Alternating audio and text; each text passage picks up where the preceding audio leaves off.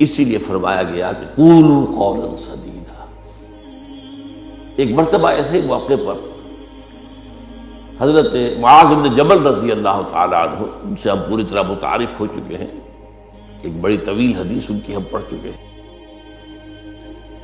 ان کے سامنے یہی بات آئی تو انہوں نے حیرت سے کہا کہ حضور، کیا جو کچھ ہم باتیں کرتے رہتے اس پر بھی ہمارا مواخذہ ہوگا؟ فرمایا شغلت کا امک ہے معاذ، یہ بڑے پیار بھرے انداز کی بات ہوتی ہے، اے معاذ تمہیں تمہاری ماں روئے، یہ وہاں کا محاورہ تھا جو بہت ہی اپنائیت والی بات ہوگی، اس میں ملامت کا ایک انداز۔ میں تو سمجھتا تھا کہ تم بہت دین کا فہم رکھنے والے ہو۔ اس کے بعد آپ نے فرمایا لوگوں کو جہنم میں منہ کے بل گرانے والی چیز سب سے زیادہ زبان کی کھیتیاں ہیں، حصائد السنتکم، زبان سے جو لفظ نکلتا ہے وہ ایک بیج بن کر آخرت کی سرزمین میں بویا جاتا ہے۔ اب اگر برا ہے تو کانٹے دار پودا اس سے نکلے گا، جھاڑ جھکاڑ، اور یہ تمہیں جا کر پھر کاٹنا ہوگا قیامت کے اندر۔ حصائد اس کو کہتے ہیں کھیتی کا کاٹنا نہیں ہوتا، حب الحصید۔ دو قسم کی نباتات زمین پر ہیں، ایک تو وہ جو پودا اور درخت موجود رہتا ہے، پھل آپ اتار لیتے ہیں، اگلے سال پھر پھل آ گیا، پودا وہی کا وہی ہے، اور ایک وہ فصل ہوتی ہے گندم کی ہے، چاول کی ہے، گنے کی، وہ آپ نے کاٹ لی، اس کو کہتے ہیں حصید۔ حصائد السنتکم، تمہارے زبانوں کی بوئی ہوئی جو کھیتیاں ہیں، سب سے بڑھ کر جہنم میں گرانے والی شے وہ ہے۔ اسی میں بلکہ ایک ذرا اور حدیث بھی ہے، ذرا اس میں حیا کا پہلو مانے ہوتا ہے بیان کرنے میں، لیکن حدیث نبوی ہے، حکمت کا بہت بڑا خزانہ ہے۔ آپ نے فرمایا مسلمانوں مجھے تم دو باتوں کی ضمانت دے دو کہ تمہارے دو عضو جو بہت ہی چھوٹے چھوٹے سے، ان کا غلط استعمال نہیں ہوگا، جنت کی ضمانت میں دیتا ہوں۔ اب دیکھیے کوئی 2 من وزن ہے، 1.5 من ہے، 2 من سے بھی زائد ہے، اب اس میں دو عضو ہیں، ایک زبان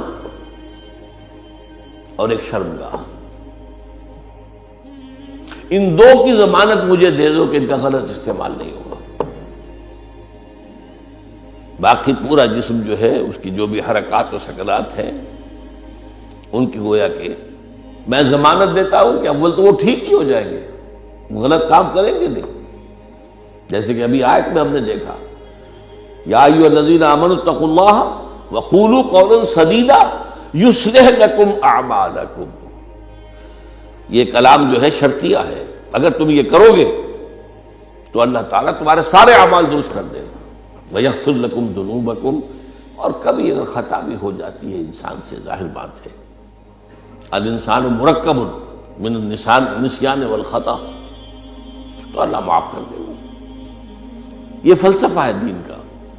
آپ کا رخ جو ہے سیدھا ہے، آپ صراط مستقیم پر چل رہے ہیں، یہ چلنے میں کہیں پاؤں پھسل گیا، گر گئے، پھر فوراً اٹھے پھر چلے تو اللہ معاف فرماتا ان چیزوں کو۔ لیکن زندگی کا رخ ہی ٹیڑھا ہو گیا،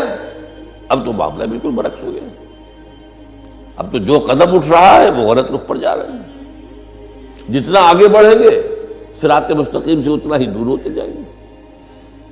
رخ سیدھا رہے، اللہ کے احکام اور اس کے رسول کی سنت، اس پر رخ پہ آدمی چل رہا ہے۔ جو اللہ چاہتا ہے،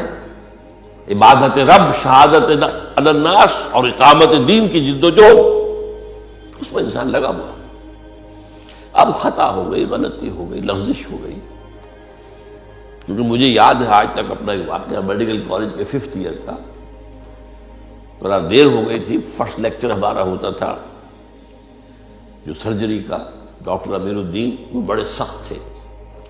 5 منٹ کی مہلت دیا کرتے تھے، اس کے بعد دروازے بند، اس کے بعد آپ آئیں گے تو پھر آپ داخل نہیں ہو سکتے۔ تو میں تیز چل رہا تھا، بارش ہوئی تھی، سائیکل پر تھا، سائیکل پھسلی میں گرا، گرتے ہی بجلی کے مانند اٹھا مجھے آج بھی یاد ہے کہ میں حیران ہوا کہ میں جب اٹھ چکا تھا تو مجھے معلوم ہوا کہ میں گرا تھا۔ یہ ایک کیفیت ہوتی ہے